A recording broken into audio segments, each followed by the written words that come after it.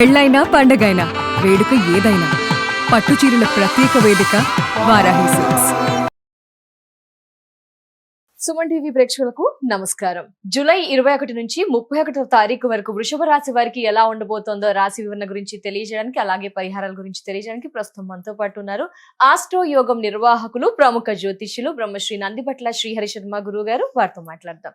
గురువు గారు నమస్కారం. గురువు గారు, వాగర్థావివ సంపృక్తౌ వాగర్థ ప్రతిపత్తయే జగతః పితరౌ వందే పార్వతీ పరమేశ్వరౌ. ఆదిత్యాయ చ సోమాయ మంగళాయ బుధాయ చ గురు శుక్ర శనిభ్యశ్చ రాహవే కేతవే నమః. శృంగేరి జగద్గురు పీఠాధిపతులకి, కంచి పీఠాధిపతులకి నమస్కారములు తెలియజేసుకుంటూ కార్యక్రమాన్ని ప్రారంభిద్దాం. గురుగారు, మరి ఎలా ఉండబోతోంది గురుగారు వృషభ రాశి వారికి జూలై 21 నుంచి 31 తారీఖు వరకు? ఇప్పుడున్నటువంటి గ్రహ సంచారాన్ని గనక చూసుకున్నట్లయితే వృషభ రాశిలో జన్మించినటువంటి వారికి ప్రధానంగా ధనపరమైనటువంటి సమస్యలు ఏ రకంగానూ ఉండవు. ఒకటి 22, 21, 22 ఈ 2 రోజులు కాస్త ఇన్వెస్ట్మెంట్ విషయంలో జాగ్రత్తలు పాటించాలి. 23వ తారీఖు నుంచి ఊహించని విధంగా చాలా మార్పులు ధనపరంగా వస్తాయి. అంటే మనం ఈ యొక్క వృషభ రాశిలో జన్మించినటువంటి వాళ్ళు ఏ ఆలోచనతో చేస్తారో ఆ ఆలోచనతో వాళ్ళు చేసేటువంటి ప్రతి పనులలో వాళ్ళకి విజయం సమకూరుతుంది. అంటే బుధ సంచారం చాలా బాగుంది. అయితే ప్రధానంగా రాశిలోనే కుజ సంచార ప్రభావం కాస్త అపరిమితమైనటువంటి ఆత్మవిశ్వాసాన్ని ఇస్తాడు. దుందుడుకు చర్యలు, స్పీడ్ డెసిషన్స్. ఈ కుజ సంచార ప్రభావం వల్లనే వృషభ రాశి వారికి చాలా సమస్యలు వస్తాయి. అనుకోని విధంగా ఆపదలు అనేటువంటివి వస్తాయి. కాబట్టి కాస్త దుందుడుకు స్వభావాన్ని తగ్గించుకొని ముందడుగు వేసినట్లయితే వృషభ రాశి వారికి చాలా మేలు జరుగుతుందమ్మా. అలాగే రవి సంచార ప్రభావం చాలా అనుకూలంగా ఉంది. నిరుద్యోగస్తులకి ఉద్యోగం లభించే అవకాశము, ఆల్రెడీ ఉద్యోగం చేస్తున్న వాళ్ళకి ప్రమోషన్స్ కానీ, లేదా ట్రాన్స్ఫర్స్ కావాలని కోరుకుంటే ట్రాన్స్ఫర్స్ జరగడం కానీ, అలాగే కొత్త సంస్థల్లోకి మంచి పొజిషన్తో వెళ్ళదలిస్తే ప్రభావం చాలా అద్భుతంగా ఉంది. దీంతో పాటుగా 27వ తారీఖు నుంచి ఈ సంబంధించినటువంటి శని భగవానుడు కూడా రిట్రోగేషన్లోకి వెళ్తున్నాడు. దానివల్ల ఇంకా చాలా మంచి ఫలితాలు అనేటువంటివి ఈ యొక్క వృషభ రాశిలో జన్మించినటువంటి వారికి కలగబోతున్నాయి. అనూహ్యమైనటువంటి ఊహించని విధంగా కొన్ని మార్పులు చేర్పులు భవిష్యత్ లాంగ్ టర్మ్లో తీసుకోదలిచినటువంటి నిర్ణయాలకి నాంది ఈ యొక్క జూలై మంత్లో ప్రధానంగా ఏర్పడబోతుందని చెప్పవచ్చు.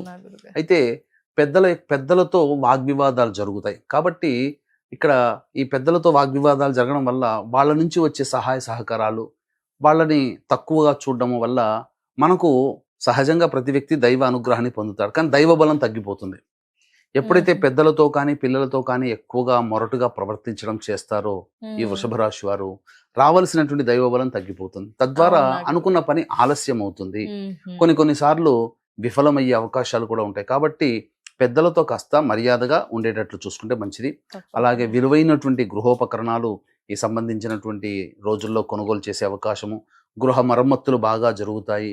అందంగా ఇంటిని కానీ, అలాగే నూతన వాహన కొనుగోలు, అలాగే ఏదైనా కానీ దుస్తులు, అంటే అంబియన్స్గా కనిపించడానికి కాస్త మంచి విలువైన దుస్తులు లభించడం అనేటువంటిది దొరుకుతుంది. అలాగే చేస్తారు. ఇక ప్రధానంగా గమనించుకున్నట్లయితే అన్ని విధాలుగా యోగదాయకం. వృత్తి ఉద్యోగ వ్యాపారాల్లో అభివృద్ధి అనేటువంటిది, ఆకస్మికమైనటువంటి అభివృద్ధి ఈ యొక్క వృషభ రాశిలో జన్మించినటువంటి వారికి కలగబోతుందని చెప్పవచ్చు. ఇక వివాహం కాని అబ్బాయిలు అమ్మాయిలకి కానీ, అలాగే దాంపత్య సమస్యలతో ఇబ్బంది పడేటువంటి దంపతులు లేదా ప్రేమికుల మధ్య అవగాహన లోపాలు ఇవన్నీ ఉంటాయి కదమ్మా. ఇవన్నీ కూడా అధిగమించగలిగే అవకాశాలు ఈ యొక్క 21 నుంచి 31వ తారీఖు వరకు ఎక్కువగా గోచరం అవుతున్నాయి. అలాగే ఈ సంబంధించినటువంటి విద్యార్థులు చక్కగా బాగా కష్టపడితే కానీ మంచి ఫలితాలు పొందలేనటువంటి పరిస్థితి. కాబట్టి జాగ్రత్త పాటించాలి. విద్యార్థులు ఎక్కువగా కష్టపడాలి, అందున సందేహం లేదు. ఇక సంతానం కోసం ఎదురు చూసేటువంటి వ్యక్తులు 23వ తారీఖు తర్వాత మంచి శుభవార్త వింటారని చెప్పవచ్చు. కుటుంబ పరంగా సంతోషంగా ఉంటారు, అన్ని విధాలుగా బాగుంటుంది. ఈ యొక్క సమాజంలో పలుకుబడి కలిగినటువంటి వ్యక్తుల యొక్క పరిచయం అనేటువంటిది ఈ వృషభ రాశి వారికి ఆకస్మికంగా కలుగుతుంది.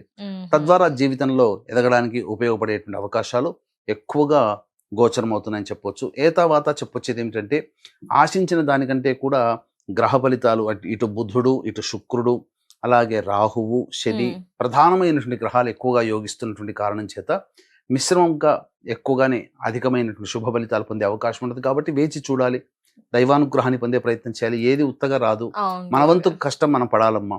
కానీ మ్మ్. ఇక్కడ దైవానుగ్రహాన్ని సూచించే గ్రహమే బలహీనంగా ఉన్నటువంటి ఈ కారణం చేత ఇతరులతో ఎప్పుడు వాగ్వివాదాలు, అందున పెద్దవాళ్లతో ప్రేమగా ఉండడం, ఇంకా చెప్పాలంటే ఏదైనా మనము డెసిషన్ తీసుకోలేక ఇబ్బంది పడుతున్నారు ఈ వృషభ రాశిలో ఉన్నటువంటి వాళ్ళు, ఓకే గురుగారు. ప్రధానంగా ఇష్టదేవత దైవతాలయానికి చేరుకోవడం కానీ, లేకపోతే ప్రధానంగా వృద్ధాశ్రమంలో పండ్లు పదార్థాలు పంచిపెట్టి వస్తే మ్మ్. ఖచ్చితంగా సాయంకాలం లోపల వాళ్ళు శుభవార్త, వాళ్ళు ఆలోచిస్తున్న దానికి ఒక సరే. మార్గం అనేటువంటిది మ్మ్. వాళ్ళకి గోచరం అవుతుంది. దైవానుగ్రహం ఆ విధంగా కూడా సంపాదించుకొని మన కార్యక్రమాల్ని చక్కబెట్టుకోవచ్చు అని చెప్పవచ్చు. ఓకే గురుగారు, మరి జూలై 21 నుంచి 31 వరకు ఆదాయ వ్యయ ఖర్చులు, మానసిక స్థితి ఎలా ఉండబోతుంది గురుగారు? ప్రధానంగా మన పీఠం ఆధ్వర్యంలో సంబంధించి చూసుకున్నట్లయితే ఇక్కడ ప్రతి వాళ్ళు కూడాను సమస్యలతో బాధపడుతూనే అవును ఉంటుంటారమ్మా. గురుగారు, ఏదో ఎందుకనంటే సమస్య లేని మానవుడు అంటూ లేడు. మీకు ఉంటాయి, నాకు కూడా ఉంటాయి. ఎస్ గురుగారు. నేను పరిహారం చేసుకొస్తే, వైద్యుడు కూడా అనారోగ్యం చేస్తే తాను ట్రీట్మెంట్ తీసుకుంటారు. తీసుకోవాలి. సాటి వైద్యుడి అవును దగ్గర గురువు. పోవాల్సిందే. మ్మ్. ఎవరు అతీతులు కారు. కాబట్టి వైద్యుడు అని చెప్పి రోగాలు దూరం జరిగిపోవు కదా.